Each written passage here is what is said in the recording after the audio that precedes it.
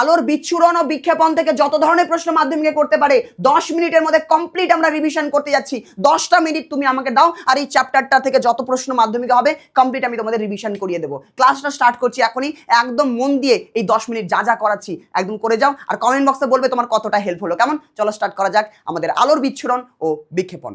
মহাকাশ থেকে সূর্যকে সাদা দেখালো, পৃথিবী থেকে আমরা সূর্যকে অনেক অনেক বর্ণে দেখি। যখন সূর্য একদম দিগন্তে থাকে তখন সূর্যকে লাল দেখা যায়, যখন মাথার উপরে থাকে তখন হালকা হালকা হলুদ হলুদ দেখা যায়। এই জিনিসগুলো আলোর বিক্ষেপণের জন্য হয়। আলোর বিক্ষেপণটা কি?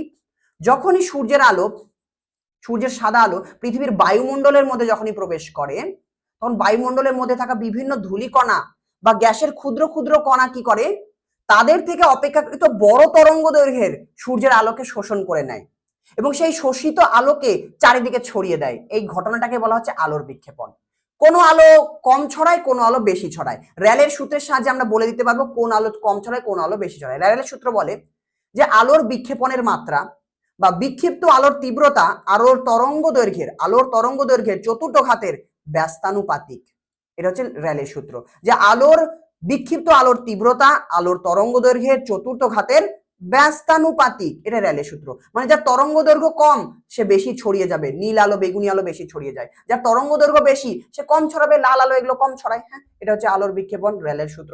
একবর্ণী আলোক রশ্মি, যে আলোক রশ্মির মধ্যে শুধুমাত্র একটাই বর্ণ থাকে সেটা আলো একবর্ণী আলোক রশ্মি। যে আলোর মধ্যে একাধিক বর্ণ থাকে তাদেরকে আমরা বহুবর্ণী আলোক রশ্মি বলতে পারি। হ্যাঁ, সেটাকে যৌগিক আলোক রশ্মিও বলা হয়। আচ্ছা, যখন সূর্য ওঠে বা সূর্য যখন অস্ত যায় তখন সূর্যকে লাল রঙের কেন দেখায়? কারণ সূর্য যখন একদম দিগন্তে থাকে তখন সূর্য থেকে আগত সাদা আলোক রশ্মিকে বায়ুমণ্ডলের মধ্যে দিয়ে অনেকটা বেশি পথ অতিক্রম করতে হয় এবং এর ফলে শুধুমাত্র লাল বর্ণের আলোটাই আমাদের চোখে এসে পৌঁছায়, কিন্তু বাকি বর্ণের আলোগুলো চারিদিকে বিক্ষিপ্ত হয়ে যায়। কেন? কারণ লাল আলোর তরঙ্গ দৈর্ঘ্য বেশি। র্যালের সূত্র বলে যে বিক্ষিপ্ত আলোর তীব্রতা তরঙ্গ দৈর্ঘ্যের চতুর্থ ঘাতের ব্যস্তানুপাতিক। লাল আলোর তরঙ্গ দৈর্ঘ্য বেশি, যার ফলে লাল আলো কম ছড়ায় এবং আমাদের চোখে শুধুমাত্র লাল আলো এসে পৌঁছায়। বাকি আলোগুলো তরঙ্গ দৈর্ঘ্য কম হওয়ায় তাদের বিক্ষেপণ বেশি হয়ে যায়, তারা আশেপাশে ছড়িয়ে যায়, যার ফলে শুধু সূর্য থেকে শুধুমাত্র লাল আলো আমাদের চোখে এসে পৌঁছায় আর আমরা সূর্যকে লাল দেখতে পাই। দিনের বেলা আকাশকে কেন নীল দেখায়? কারণ সূর্যের আলো যখন বায়ুমণ্ডলের মধ্যে প্রবেশ করবে তখন সূর্যের 7টা আলোর বিক্ষেপণ হয়। আলোর র্যালের সূত্র কি বলে? যে বিক্ষিপ্ত আলোর তীব্রতা আলোর তরঙ্গ দৈর্ঘ্যের চতুর্থ ঘাতের ব্যস্তানুপাতিক। নীল এবং বেগুনি বর্ণের আলো, সূর্যের সাদা আলোতে যে বেগুনি আর নীল বর্ণের আলো থাকে এদের তরঙ্গ দৈর্ঘ্য সব থেকে কম হয়, তাই এদের বিক্ষেপণ বেশি হয়। তাই এরা কি হয়ে যায়? বেশি পরিমাণে বিক্ষিপ্ত হয়ে যায়, চারদিকে ছড়িয়ে যায়। এবার আশেপাশ থেকে বা আকাশ থেকে এই বেগুনি আলো এবং নীল আলো যখন আমাদের চোখে এসে পৌঁছায় তখন আমরা আকাশকে হয় নীল বা বেগুনি দেখার কথা, কিন্তু আমাদের চোখ যেহেতু শুধুমাত্র নীল আলোর জন্য বেশি সংবেদনশীল হয় এই জন্য আকাশকে আমরা নীল রঙের দেখতে পাই। চাঁদের আকাশ কেন কালো? কারণ চাঁদের আকাশে কোনো বায়ুমণ্ডল নেই, চাঁদের আকাশে কোনো রকম আলোর কোনো রকম বিক্ষেপণ হয় না, আলো কোনো দিকে ছড়ায় না, সরাসরি সূর্য থেকে সাদা আলো আমাদের চোখে পৌঁছে, তাই সূর্যকে সাদা দেখতে পাই। চাঁদের আকাশ থেকে কোনো আলো আমাদের চোখে পৌঁছায় না, তাই চাঁদের আকাশকে আমরা কালো দেখতে পাচ্ছি। বিপদ সংকেত হিসেবে লাল আলো কেন ব্যবহার করা হয়? কারণ লাল আলোর বিক্ষেপণ কম হয়। বিক্ষিপ্ত আলোর তীব্রতা আলোর তরঙ্গ দৈর্ঘ্যের চতুর্থ ঘাতের ব্যস্তানুপাতিক। র্যালের সূত্র বলে দিলাম। তারপর আমরা এরকম বলে দেবো যে লাল আলোর তরঙ্গ দৈর্ঘ্য বেশি তাই লাল আলো কম ছড়ায়, যার ফলে লাল আলো অনেক দূর পর্যন্ত অতিক্রম করতে পারে, লাল আলো বহু দূর পর্যন্ত যেতে পারে, যার জন্য লাল আলোর সাহায্যে যে সংকেত দেওয়া হয় সেটাকে অনেক দূর থেকে দেখা যায়। এই জন্য ট্রাফিক সিগন্যালেও কিন্তু গাড়িকে থামানোর জন্য লাল আলো ব্যবহার করা হয়, যাতে দূর থেকে গাড়ি দেখে যায় যে হ্যাঁ সিগন্যাল পড়ে গেছে লাল আলো। আচ্ছা, দিনের বেলায় চাঁদকে অসম্পূর্ণ সাদা দেখায় কেন? কারণ দিনের বেলায় আকাশ থেকে নীল আলো আমাদের চোখে পৌঁছায় এবং চাঁদ থেকে যে হলুদ আলো আসে, হলুদ আর নীল মিলে গিয়ে সাদা আলো তৈরি করে দেয়, কারণ হলুদ আর নীল আলো পরিপূরক বর্ণ। আচ্ছা, গাড়ির কুয়াশা ভেদী আলোকে হলুদ করা হয় কেন?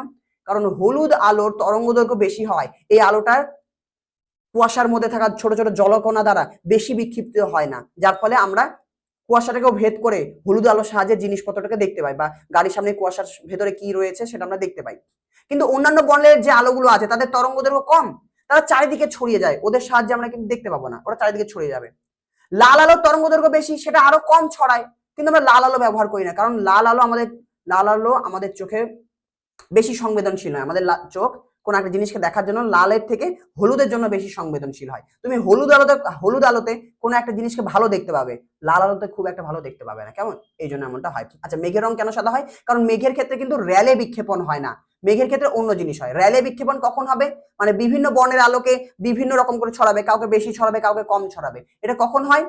যখন যেই ধূলিকণাটার উপরে সূর্যের সাদা আলো এসে পড়ছে বা যেই অণুর ওপরে যে সাদা আলো এসে পড়ছে, সেই কণাটা যখন অনেক ছোট হবে তখনই র্যালের সূত্র খাটে। কিন্তু মেঘের মধ্যে থাকে কি বিভিন্ন জলকণা থাকে, বরফের কণা থাকে, এগুলো হয় অনেক বড় বড়। মানে এরা কি হয়, আলোর তরঙ্গ দৈর্ঘ্যের থেকে এদের আকারটা বড় হয়ে যায়। তো এরা কি করে, সূর্যের সব আলোক রশ্মিকে শোষণ করবে এবং সূর্যের সাদা আলোর মধ্যে থাকা সবকটা বর্ণকেই চারিদিকে সমান রকম করে ছড়িয়ে দেবে। তাহলে মেঘের মধ্যে সাদা আলো ঢুকবে, চারিদিকে সব আলো ছড়িয়ে যাবে, যার ফলে সব আলোই তোমার চোখে এসে পৌঁছাবে আর তুমি মেঘকে সাদা দেখতে পাবে।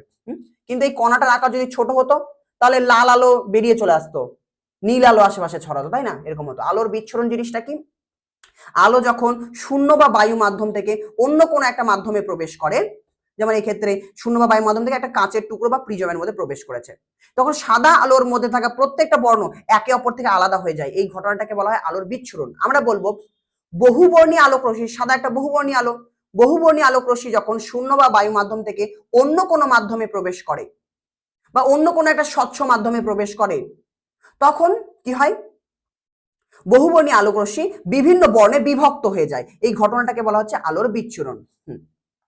বহুবর্ণী আলোক রশ্মির বিচ্ছুরণের ফলে সেটি বিভিন্ন বর্ণের আলোর যে পটি তৈরি করে সেটাকে বলা হচ্ছে বর্ণালী। আলোর বিচ্ছুরণের একটা প্রাকৃতিক উদাহরণ হচ্ছে রামধনু। আচ্ছা, সাদা আলোর বর্ণালীর মধ্যে 7টা রং থাকে, বেনিয়া সহ কলা। আচ্ছা, প্রিজমের মধ্যে যদি আলোক রশ্মি ঢোকে তাহলে প্রথমে যখন বাতাস থেকে যখন প্রিজমের মধ্যে ঢুকবে 7টা বর্ণ আলাদা হয়ে যায়।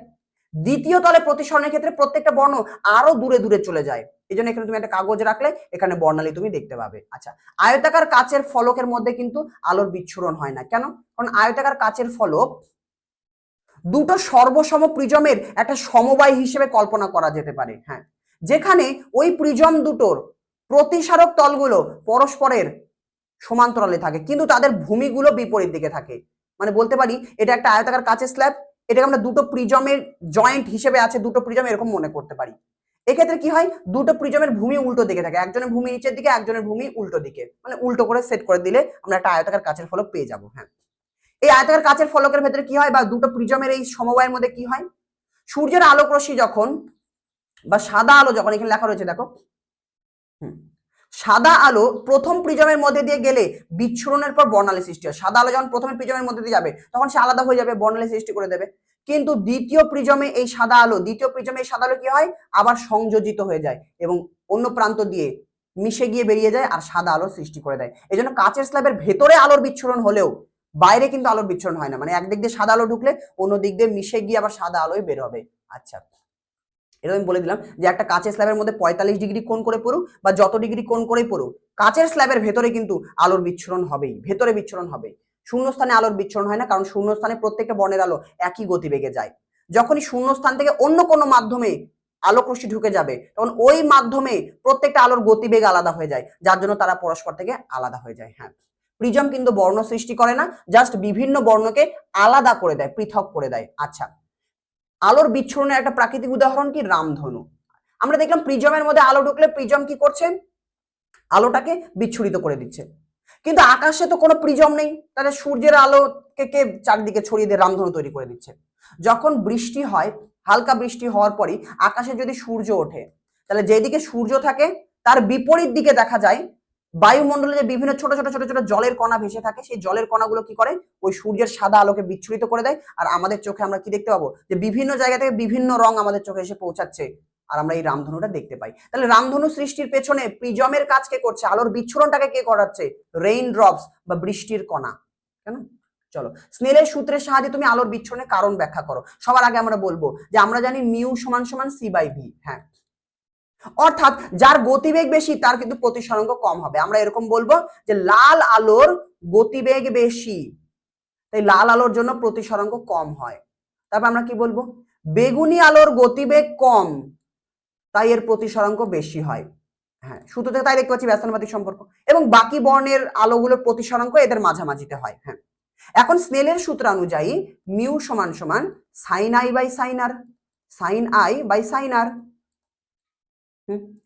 আলোর বিচ্ছুরণের ক্ষেত্রে প্রত্যেকটা বর্ণের আলো একই কোণ করেই পড়ে। এখানে সাদা আলো এসে পড়ছে, সাদা আলো এসে পড়ছে, তো সাদা আলোর মধ্যে যে 7টে রং আছে সবাই একই কোণ করেই আপতিত হচ্ছে। তার মানে বিচ্ছুরণের ক্ষেত্রে প্রত্যেকটা বর্ণের আলোর জন্য আপতন কোণের মান বা সাইন আই এর মান সমান হয়, মানে সাইন আর একটা ধ্রুবক, আর ধ্রুবক আর সমান সমান চিহ্ন উঠিয়ে দিয়ে আমরা পরের লাইনে কি লিখতে পারি, যে মিউ সমানুপাতিক 1/sin r, আর 1/sin r যদি হয় আমরা এটাও লিখতে পারি যে মিউ সমানুপাতিক 1/r। হ্যাঁ, অর্থাৎ লাল আলোর জন্য যেহেতু প্রতিসরাঙ্ক কম, তাই লাল আলোর জন্য প্রতিসরণ কোণটা বেশি হবে, লাল আলোর জন্য প্রতিসরণ কোণ বেশি হবে। বেগুনি আলোর জন্য যেহেতু প্রতিসরাঙ্কটা বেশি, তাই বেগুনি আলোর জন্য প্রতিসরণ কোণটা কম হবে, প্রতিসরণ কোণ কম হবে। হ্যাঁ, তাহলে লাল আলোর জন্য প্রতিসরণ কোণ বেশি, লাল আলোর জন্য প্রতিসরণ কোণ বেশি, মানে কি হচ্ছে, লাল আলোর জন্য এই প্রতিসরণ কোণটা বেশি, অর্থাৎ চ্যুতি কোণ কম, চ্যুতি কোণ কম।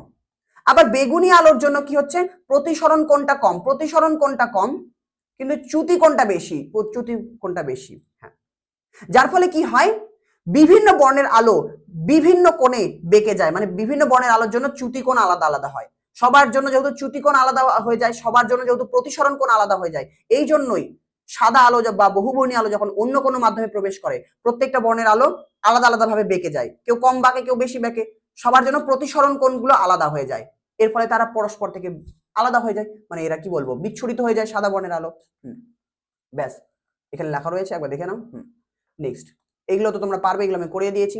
নেক্সট, মানে ওয়ান শট ক্লাসে করানো আছে, ডিটেলস ক্লাসে করানো আছে। প্রিজম এখান থেকে জিজ্ঞেস করবে যে প্রিজম সাদা আলো থেকে, বা প্রিজম কিন্তু বর্ণ সৃষ্টি করে না, শুধুমাত্র বিভিন্ন সাদা আলোকে বা বহুবর্ণী আলোকে, সাদা বর্ণে কি বলছে, বহুবর্ণী আলোকে বিভিন্ন বর্ণে বিশ্লিষ্ট করে দেয়, এটা বলো।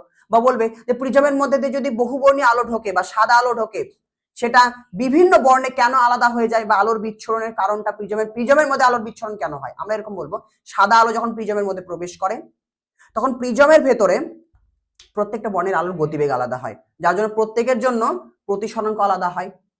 এর ফলে স্নেলের সূত্র অনুযায়ী দেখানো যায় যে মিউ সমানুপাতিক 1/r, অর্থাৎ প্রত্যেকটা বর্ণের আলোর জন্য প্রতিসরাঙ্ক আলাদা হলে প্রত্যেকটা বর্ণের জন্য প্রতিসরণ কোণটা আলাদা হবে, এর ফলে প্রত্যেকটা বর্ণের আলো একে অপর থেকে আলাদা হয়ে যায়। দ্বিতীয় তল থেকে প্রিজমের যখন আবার প্রতিসরণ হবে, অর্থাৎ প্রত্যেকটা বর্ণের আলোর চ্যুতিকোণ আলাদা হচ্ছে, দ্বিতীয় তল থেকে যখন তাদের আবার প্রতিসরণ হবে তখন তাদের চ্যুতিকোণ আরো বেড়ে যায়, যার ফলে তারা একে অপর থেকে আরো দূরে দূরে সরে যায়। এইভাবে কিন্তু প্রিজমের মধ্যে আলোর বিচ্ছুরণটা হয়। তাহলে এবারে জিনিসটাকে আমি বলে দিলাম প্রায় 10-12 মিনিটের মধ্যে, তোমরা এবার এই জিনিসটাকে নিজেরা আরেকবার এখান থেকে পড়ে নাও, যদি বুঝতে চাও ওয়ান শট ক্লাস কিংবা ডিটেলস ক্লাস করে নিও, হয়ে যাবে।